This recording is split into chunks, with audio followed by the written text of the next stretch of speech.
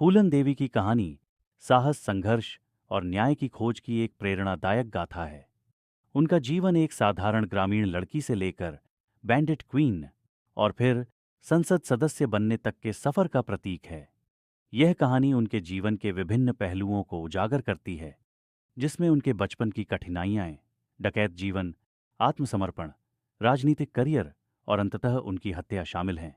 10 अगस्त 1963 को उत्तर प्रदेश के जालौन जिले के गोराहा का पूर्वा गांव में एक मल्लाह परिवार में जन्मी फूलन देवी का बचपन गरीबी और संघर्ष से भरा था। उनके पिता के पास मात्र 1 एकड़ जमीन थी, जो परिवार की जरूरतों को पूरा करने के लिए पर्याप्त नहीं थी। निम्न जाति और आर्थिक तंगी के कारण उन्हें समाज में तिरस्कार और भेदभाव का सामना करना पड़ा।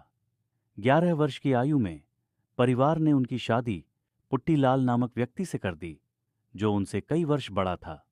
इस विवाह में फूलन को शारीरिक और मानसिक शोषण का सामना करना पड़ा।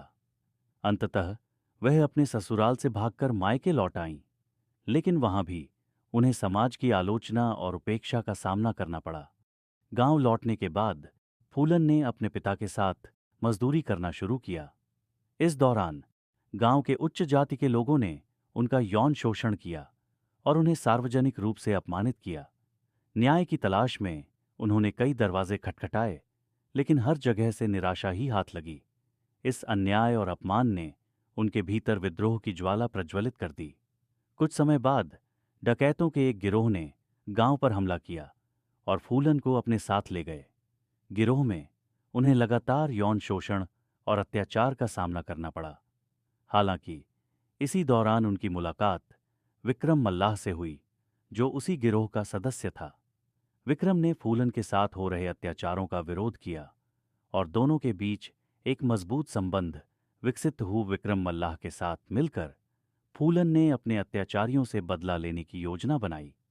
उन्होंने श्री राम और लल्ला राम नामक डकैतों को मार डाला, जिन्होंने पहले फूलन का शोषण किया था। इस घटना के बाद विक्रम और फूलन ने अपना अलग गिरोह बनाया और चंबल के बीहड़ों में डकैत गतिविधियां शुरू कीं। उनका मुख्य उद्देश्य उच्च जाति के जमींदारों और धनाढ्य लोगों से लूटपाट करना और गरीबों में धन का वितरण करना था। फूलन की नेतृत्व क्षमता और साहस के कारण उनका गिरोह तेजी से प्रसिद्ध हुआ। वह गरीबों के लिए एक मसीहा बन गई, जबकि पुलिस और प्रशासन के लिए एक चुनौती। उनकी गतिविधियों ने उन्हें बैंडिट क्वीन का खिताब दिल 14 फरवरी 1981 को फूलन देवी और उनके गिरोह ने उत्तर प्रदेश के बेहमई गांव में एक बड़ी घटना को अंजाम दिया। इस गांव में उन्होंने 20 से अधिक उच्च जाति के पुरुषों को एक पंक्ति में खड़ा करके गोली मार दी। यह घटना उनके साथ हुए गैंगरेप और अत्याचारों का बदला थी। बेहमई कांड ने पूरे देश में सनसनी फैला दी और फूलन देवी राष्ट्रीय और अंतर्राष्ट्रीय मीडिया की सुर्खियों में आ गईं। इस घटना के बाद उत्तर प्रदेश सरकार ने उनके खिलाफ बड़े पैमाने पर पुलिस अभियान शुरू किया, लेकिन 2 वर्षों तक उन्हें पकड़ने में असफल रही।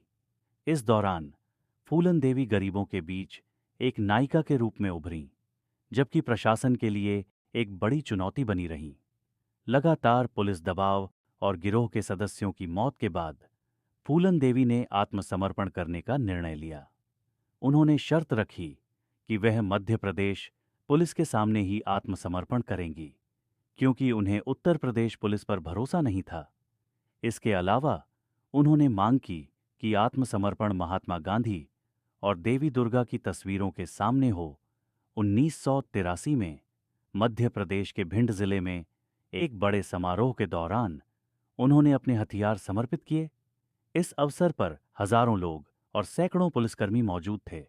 आत्मसमर्पण के बाद फूलन देवी पर डकैती, हत्या और अपहरण सहित कई गंभीर आरोप लगाए गए।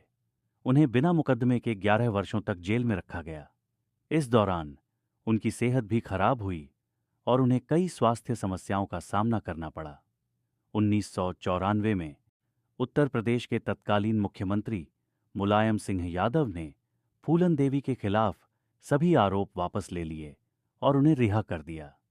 रिहाई के बाद उन्होंने समाजवादी पार्टी में शामिल होकर राजनीति में कदम रखा। 1996 में उन्होंने मिर्जापुर लोकसभा सीट से चुनाव लड़ा और विजयी हुईं। सांसद के रूप में उन्होंने दलितों, पिछड़ों और महिलाओं के अधिकारों के लिए आवाज उठाई।